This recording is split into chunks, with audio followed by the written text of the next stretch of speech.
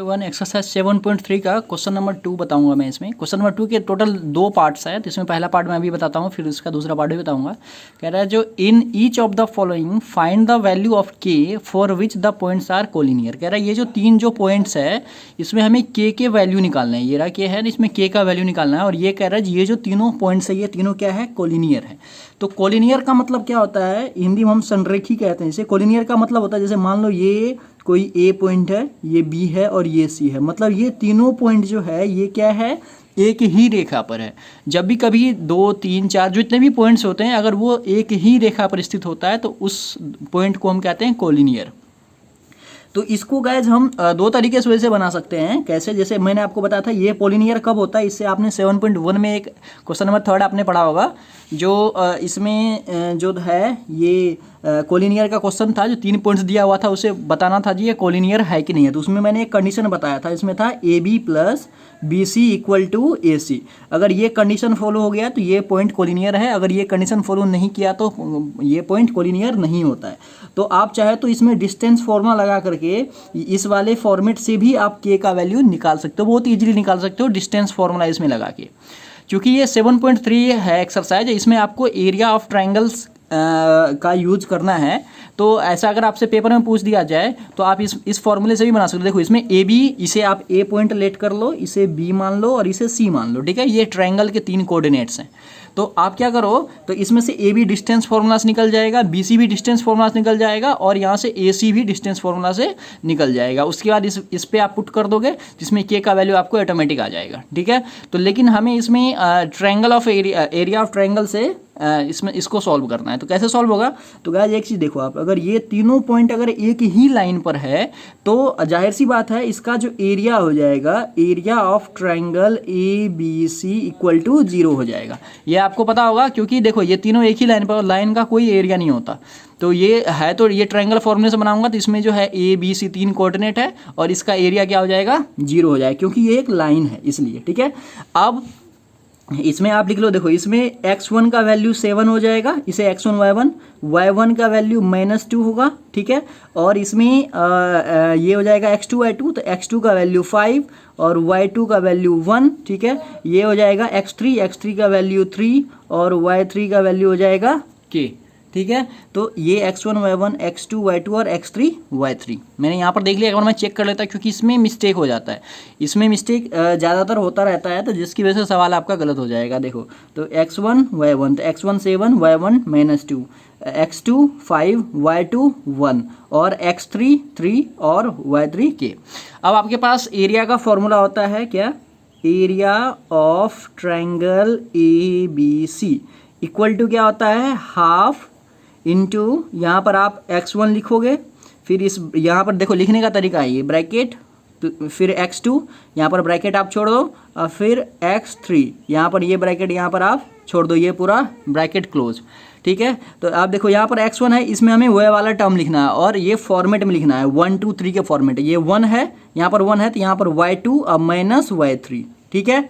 1 2 3 के फॉर्मेट में लिखना है, यहाँ पर 2 है तो यहाँ पर y3 और -2 के बाद 1 y1, यहाँ पर x3 है तो y1 माइनस y2, 3 के बाद 1 और 2, ऐसे ये मूव करेगा। 1 2 3 है तो पहले 1 फिर 2 और 3 फिर से 1 फिर 2 और 3, ऐसे रोटेट होता रहेगा।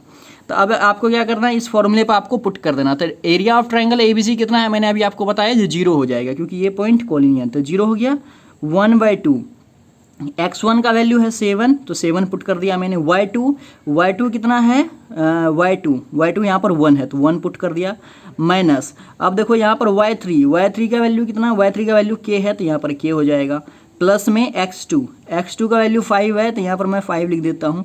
y3 का वैल्यू k है तो k और माइनस y1 का वैल्यू कितना है, देखो -2 है तो यहाँ पर -2 हो जाएगा, ठीक है। और मैं इसके जो है ये बाद में सॉल्व कर दूंगा, चलो मैं इसको ऐसे ही रहने देता हूँ। -2 हो जाएगा तो एक ब्रैकेट आ जाएगा, ठीक है।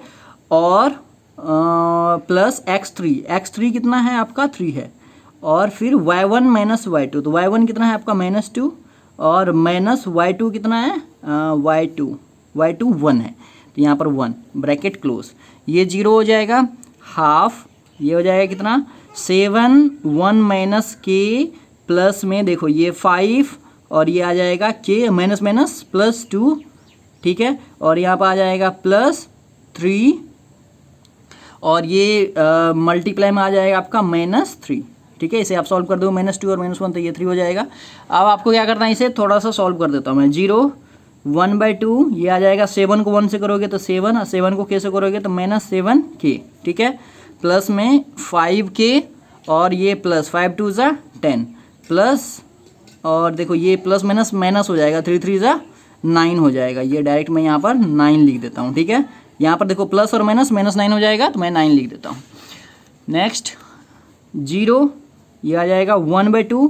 अब देखो इसमें जो नंबर वाला टर्म है उसे मैं क्या कर लेता हूँ, पहले शिफ्ट लिख देता हूँ। देखो ये 7 है और 10 है, तो 10 और 7 कितना हो जाएगा, 17 ये दोनों तो कैंसिल हो गया, और उसके बाद -9 है तो -9 लिख देता हूँ। ठीक है, ये तीनों का काम हो गया। उसके बाद -7 और +5k, तो इसका मतलब हो जाएगा -2k। ठीक है, 7k में से 5k जाएगा तो 2k होगा, जबकि माइनस वाला बड़ा है इसलिए माइनस मैं यहाँ पर लिख दूंगा। अब देखो ये 0 इक्वल कितना आ जाएगा, ये ऊपर में आ जाएगा 17 में से 9 गया तो 17 में से 9 जाएगा तो 8 -2k और बाय में 2 ही बचेगा। ये पूरा देखो ये 1 से मल्टीप्लाई होगा तो इतना ही होगा, 17 - 9 यानी कि 8 -2k, 8 -2k और ये बाय में 2। इसके नीचे 1 कर दो, इसे आप क्रॉस मल्टीप्लिकेशन कर दो। अगर आप इसे क्रॉस मल्टीप्लिकेशन करते हो तो 8 -2k होगा, 8 -2k इक्वल टू 2 को 0 से करोगे 2 × 0। ठीक है, तो 0 ही होगा। ये आ जाएगा 8 -2k इक्वल 0। तो यहाँ से 8 इक्वल कितना आ जाएगा, 2k। इस 2k को मैंने इधर शिफ्ट कर दिया। ठीक है, तो यहाँ से आप देख लो जो k का वैल्यू आ जाएगा वो आ गया 8/2। तो 8/2 अगर आ गया तो यहाँ से k का वैल्यू कितना आ जाएगा, k इक्वल आ जाएगा आपका 2 1 × 2 और 2 4 × 8, तो यहाँ से आ गया 4। ठीक है, तो k का वैल्यू यहाँ पर 4 आ गया। यही आपका आंसर है। ठीक है, इसका जो सेकेंड पार्ट है वो भी मैं आपको इसी वीडियो में बता देता हूँ। और आई होप आपको ये क्वेश्चन जो है आपको इजीली समझ में आ गया होगा। पहला पार्ट है, ये बहुत ही ईजी सा क्वेश्चन है, बस आपको ये फॉर्मूले याद करना है और फॉर्मूले पे जो ये वैल्यू है वो आपको पुट करना है। तो मैं इसका सेकेंड पार्ट आपको बताता हूँ। तो सेकेंड पार्ट मैंने यहाँ पर लिख दिया है, इसे भी वही फॉर्मेट से करना है। ये आपका ए हो जाएगा, ये बी, और ये जो है आपका ये हो जाएगा आपका सी। तो ये हो गया x1 y1। देखो ये x1 इक्वल टू 8 हो जाएगा, y1 इक्वल टू 1 हो गया। ये x2 y2, तो x2 इक्वल k हो जाएगा और y2 इक्वल टू -4 हो जाएगा। ठीक है, और यहाँ पर ये x3 और y3, तो x3 इक्वल कितना हो गया 2 और y3 इक्वल आ गया कितना -5। ठीक है, ये आपको समझ में आ गया, x1 y1 x2 y2 x3 y3। ठीक है, और आपको पता है जिसमें area of triangle ABC equal to 0, क्योंकि ये तीनों पॉइंट्स जो है वो कोलिनियर है ना, तो इसका एरिया ऑफ ट्रायंगल कितना हो जाएगा, 0 हो जाएगा। तो ठीक है, अब हमें इसमें क्या करना है, आपको फॉर्मूला पुट कर देना है। तो फॉर्मूला क्या होता है, फॉर्मूला होता है आपका area of triangle ABC equal to होता है हाफ इंटू, देखो हाफ इंटू यहाँ पर x1 और इसमें y वाला टर्म होगा, x2 इसमें भी y वाला टर्म होगा, प्लस x3 और इसमें भी y वाला टर्म, ब्रैकेट क्लोज। ठीक है, ये लिखने का तरीका है। देखो यहाँ पर 1 है तो अब लिखूंगा मैं 2, तो y2 - y3, यहाँ पर 2 है तो y3 - y1, और यहाँ पर 3 है तो y1 - y2। देखो 1 2 3, फिर 2 है तो 2 3 या 3 के बाद फिर 1, फिर 3 है यहाँ पर 3 के बाद फिर 1 और 2, ऐसे चलता है ये। अब इसमें क्या करना है, आपको बस वैल्यूज पुट कर देने हैं। तो एरिया ऑफ ट्रायंगल का ABCD का एरिया कितना है, 0 है। ठीक है, ये आ गया 1/2। ठीक है, इसमें x1 का वैल्यू अभी लिखना पड़ेगा। क्या है x1 का वैल्यू, x1 वहाँ पर 8 है तो मैं यहाँ पर 8 पुट कर देता हूँ। फिर y2 - y3, तो y2 कितना है, यहाँ पर देखो y2 है -4, तो -4 और माइनस y3 कितना है, y3 है आपका -5। ठीक है, तो -5 है तो यहाँ पर माइनस ऑलरेडी है और y3 का वैल्यू भी माइनस है तो ये +5 हो जाएगा। मैं इसे डायरेक्ट लिख देता हूँ। ठीक है, अभी यहाँ पर देखो x1 का वैल्यू पहले पुट करा 8। ठीक है, उसके बाद y2 - y3, तो y2 था -4 और y3 है -5, तो माइनस माइनस प्लस हो जाएगा क्योंकि यहाँ पर ऑलरेडी माइनस है और ये भी माइनस में है, तो माइनस माइनस प्लस मैंने डायरेक्ट यहाँ पर कर दिया। ये आपको समझ में आ गया होगा। x2 का वैल्यू है k, तो मैं यहाँ पर k लिख देता हूँ। उसके बाद y3 - y1, तो y3 कितना है, y3 है आपका -5, तो यहाँ पर -5 हो जाएगा। और माइनस y1 y1 कितना है 1 है, तो यहाँ पर 1 आ जाएगा। फिर प्लस में x3 का वैल्यू कितना है 2, ठीक है, x3 का वैल्यू 2 है। देखो यहाँ पर 8x1 x2 और x3, तो 2 हो गया। और यहाँ पर y1 माइनस y2, तो y1 कितना है 1 और माइनस y2 है आपका -4, तो -4 है, तो ये कितना हो जाएगा, ये भी माइनस में है और यहाँ भी माइनस हो जाएगा, तो माइनस माइनस प्लस 4 हो जाएगा। मैंने ये डायरेक्ट लिखा है, आपको ये इतना तो समझ में आता होगा। तो 0 इक्वल कितना हो जाएगा 1/2। देखो यहाँ पर 8 और ये मल्टीप्लाई में ये कितना हो जाएगा 1 हो जाएगा प्लस में, क्योंकि ये प्लस वाला बड़ा है और 5 में से 4 जाएगा तो 1 होगा। प्लस में ये कितना हो जाएगा k और मल्टीप्लाई में हो जाएगा -6, ठीक है, -6 हो जाएगा, -5 और -1 तो -6 होगा। और प्लस यहाँ पर 2 और मल्टीप्लाई में 4 और 1 5 होगा, ठीक है, इतना सा हो गया। अब देखो ये 0 इक्वल हो जाएगा 1/2, 8 1 जा 8 प्लस यहाँ पर प्लस नहीं है, आप माइनस लिख दो, क्योंकि यहाँ पर -6 और k, तो -6k हो जाएगा, है ना, यहाँ पर -6k, तो -6k और फिर प्लस 5 2 ज़ा 10, ठीक है। अब यहाँ से कितना क्या हो जाएगा 1/2 और ये हो जाएगा आपका 10 और 8 18 -6k, ठीक है। अब आप इसे इसमें 1 से मल्टीप्लाई करके लिख दो, तो ये कितना आ जाएगा आपका, ये आ जाएगा 0 इक्वल 18 -6k बाय में 2। इसके नीचे 1 करोगे आप, इसे क्रॉस मल्टीप्लिकेशन कर देता हूँ मैं, तो यह आ जाएगा 18 -6k इक्वल टू 2 × 0, तो यह आ जाएगा 18 -6k इक्वल टू 0, ठीक है।